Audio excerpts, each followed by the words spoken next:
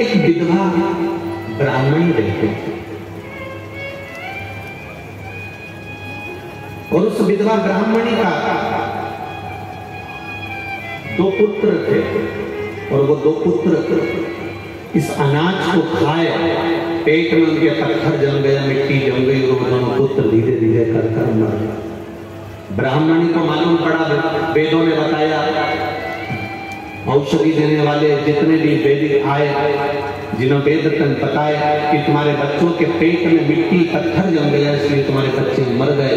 विधवा को मालूम पड़ा कि उस सेठ जी के यहाँ से अनाज आता था, सेठ जी के यहाँ पहुंची और जाकर उस विधवा ने उस सेठ जी से कहा, सेठ जी आज मेरे बच्चे मेरे सामने अधोगति में मरे,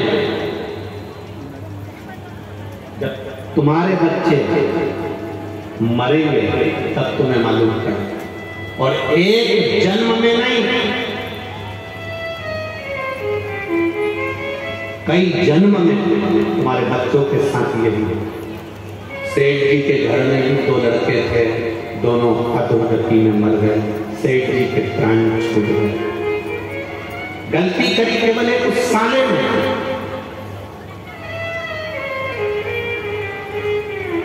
पर दुकान थी जीजा जी की, व्यापार था जीजा जी का, इसलिए भोगना भी जीजा जी को था।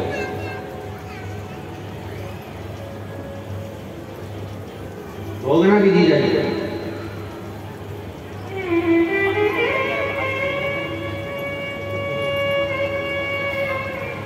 प्राण छूट गए। जीजा जी वो वैश्य शांत हो गया, समाप्त हो गया, विष्णुधर बना।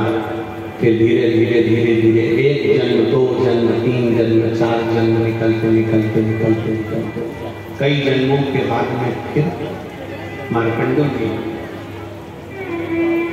संतान का सुख नहीं हुआ, संतान प्राप्ति नहीं हुई। किसी ने कहा भगवान शिव की आराधना करो। शंकर भगवान की आराधना करने के लिए एक वीरान जंगल में, वीरान क्षेत्र में, जहाँ कोई नहीं जाता था, वहां पर मार्कंडू जी पहुंच गए। अपनी पत्नी के साथ एक शिवलिंग का निर्माण करे, पूजन करी, आराधना करी, बाबा से विनय करी, रोज प्रतिदिन शिव की आराधना, एकांत में रखे हुए शिव का पूजन। 3 चीजें देता, बहुत अच्छे से समझ लेना, इनका एकांतेश्वर महादेव की कथा। एकांत में रखा हुआ शिवलिंग, एकांत में रखे हुए शिव जी की पूजन। 3 चीजें देते हैं। पहला, हमारी उम्र बढ़ाती है। दूसरा, बड़ी बीमारी शरीर में एकांत का शिवलिंग कभी नहीं आने देता। और तीसरा, हमारे जीवन में कभी वैभव की, सत्ता की और लक्ष्मी की कमी नहीं आने देता। ये एकांत एकांतेश्वर का मतलब क्या है? जो एकांत में बैठा हुआ, अलमस्त, ऊपर छांव है नहीं है, मंदिर के ऊपर शिखर है नहीं है तो भी ठीक, नहीं है तो भी ठीक। ओटले पर शिवलिंग रखा है, अकेला बैठा है, ना तो पार्वती उनके पास में बैठी दिख रही है, ना कोई बैठा दिख रहा है, ना गणेश जी दिख रहे हैं, ना कार्तिकेय दिख रहे हैं। बैठे हैं तो ठीक, नहीं है तो अकेला नंदी सामने बैठा है और शिव जी का शिवलिंग रखा है।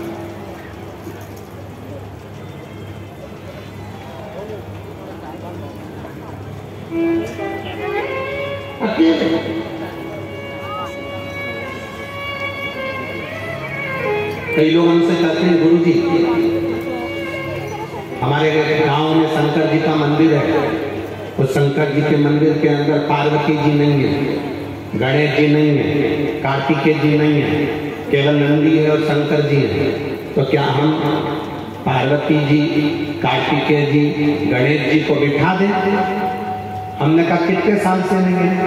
अरे गुरु जी हमारे तो दादा परदादा के समय का है, कम से कम 100, 150, 200 साल का है। वो मंदिर ऐसा कैसा ही है, टूटा फूटा है, भंगार सा है, उसमें ना गणेश जी हैं, ना देवी जी पार्वती जी हैं, ना कार्तिकेय जी। नंदी है, शंकर जी, और शिवलिंग भी ऐसा हो रहा है, खंडित खंडित सा हो रहा है।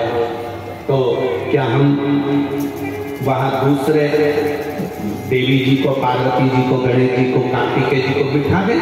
हम उनसे कहते हैं किसी को बिठाने की जरूरत नहीं है। हमने पहले भी कथा में कहा, आप लोगों को समझाया कि ये शिवलिंग है, ये जलाधारी है, ये चरण है। ये शिवलिंग शंकर जी का प्रतीक है, ये जलाधारी पार्वती जी का स्थान है जहाँ से जल बहता है। माँ गणेश जी, कार्तिकेय जी हैं, बीच में मोटी सी नाई अशोक सुंदरी है, ऊपर जो जल टपक रहा है वो शिव जी की 5 लड़कियां, जया, विषहरा, शामरीबारी, गौतली और देव है। शंकर भगवान का संपूर्ण परिवार इस शिवलिंग के अंदर है। अगर गणेश जी, कार्तिकेय जी, पार्वती जी कोई नहीं भी है तो चिंता करने की जरूरत नहीं है, क्योंकि महादेव वहां एकांत में बैठे, एकांत। कोई कहता है शिवलिंग खंडित हो रहा है, शंकर भगवान का शिवलिंग कई कई जगह से खंडित होते चले जा रहा है, क्या हम उसको बदल दें? बिजली महादेव मनाली में एक शंकर भगवान का ऐसा मंदिर है जिस पर बिजली गिरती है, शंकर जी के टुकड़े टुकड़े हो जाते हैं, मक्खन से उसको जोड़ा जाता है, वो भी तो खंडित होता है। खंडित हो भी गया, प्राचीन है, पुराना है,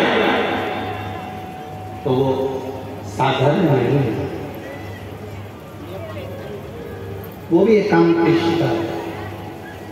भले थोड़ा बहुत अगर उसमें कुछ हो भी गया है तो भी वो शिव के जितने टुकड़े से टुकड़े भी हो जाएं, एक कंकर भी अलग अलग हो गया, एक कंकर भी विभाजित हो गया, तो भी वो शिवलिंग ही कहलाएगा, शिवलिंग के सिवाय।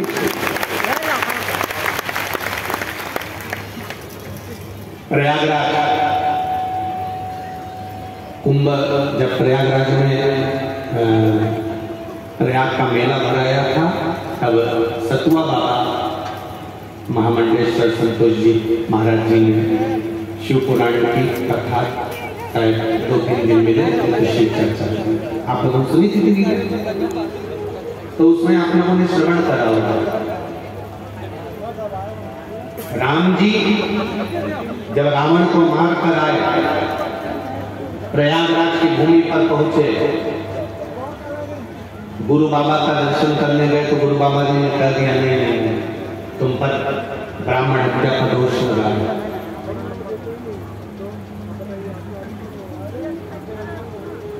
एक करोड़ शिवलिंग का निर्माण करोगे तब तुम ब्राह्मण की हत्या से मुक्त होगे।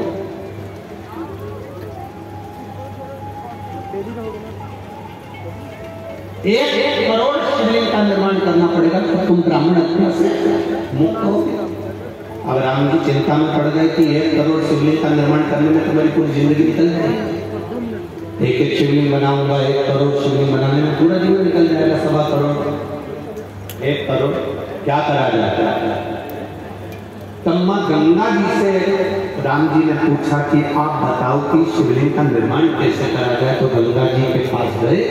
गंगा जी ने कहा चिंता मत करो राम जी, आप गंगा के तट की बालू रेत का शिवलिंग बना लो। उस बालू रेत में छोटे छोटे छोटे छोटे इतने कण होते हैं, मिट्टी का शिवलिंग बना लो। मिट्टी में इतने कण होते हैं, इतने कण होते हैं,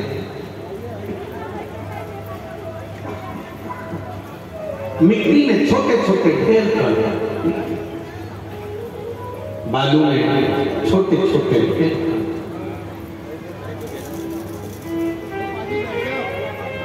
जब हम दुनिया के लोग हंसते हैं,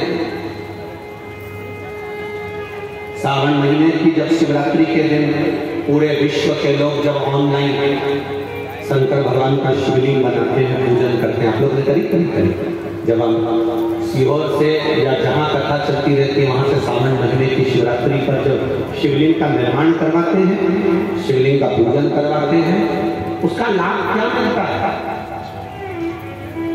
जिसने करी उसको मालूम है। मिट्टी का शिवलिंग बनाओ, बालू रेत का शिवलिंग बनाओ, जब हम पूजन करते हैं एक शिवलिंग के पूजन का फल नहीं मिलता, करोड़ों शिवलिंग के पूजन का फल हमारे खाते में चला गया। करोड़ों।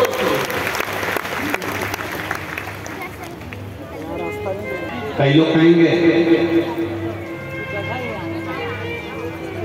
इतनी भीड़ पड़ रही है, गर्मी अपार पड़ रही है, इतनी तेज गर्मी, इतनी भीड़, गाड़ी भी दूर खड़ी करना पड़ेगी, पैदल चलना पड़ेगा, घर में बैठकर टीवी पर क्यों नहीं सुन लेते? आस्था चैनल पर 2 बजे से 5 बजे तक आते रही है, मोबाइल पर चलते रही है। क्या करना कथा में जाकर बैठने से? उनको समझा देना 3.5 करोड़ रोम छिद्र ये मनुष्य के शरीर पर है। ये 3.5 करोड़ रोम छिद्र प्रतिदिन भगवान ने 3.5 करोड़ बार भगवान का नाम जपने के लिए दिया है।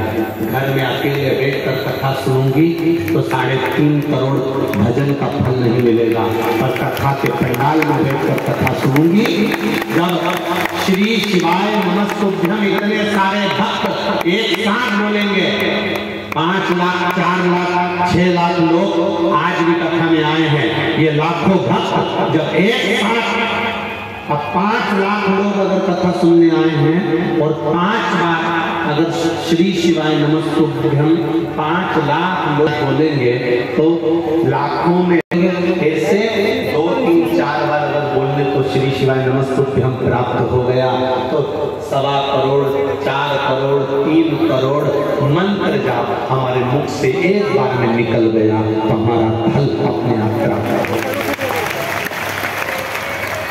क्यों कहते हैं पंडाल में बैठकर कथा सुनने वाले को 3 महीने के अंदर बाबा झोली भर देता है? क्यों कहते हैं कि 3 महीना इंतजार करना?